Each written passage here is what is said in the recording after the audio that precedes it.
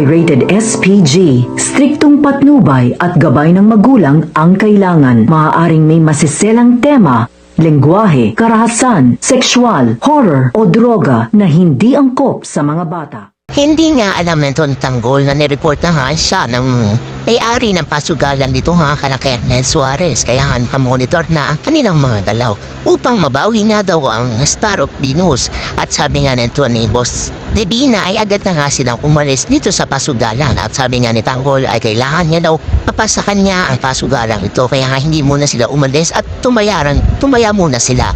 At aantayin nga natin kung mapapasakan niya nga ang pasugalan ng kanyang ninanais. Habang ito naman si David ay pinapatayo ang mga pamahalaan na nabinigay sa kanya ng kabalyero dito nga rin sa pasugalang ito.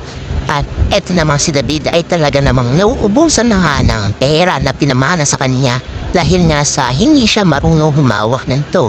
Abangan nga natin kung mababawi ba ni David ng kanyang mga natalo o patuloy na ilalagas ang mga pamana ibinigay sa kanya na kabalyero. Dito nga lang yan sa Etritis, Batang Quiapo.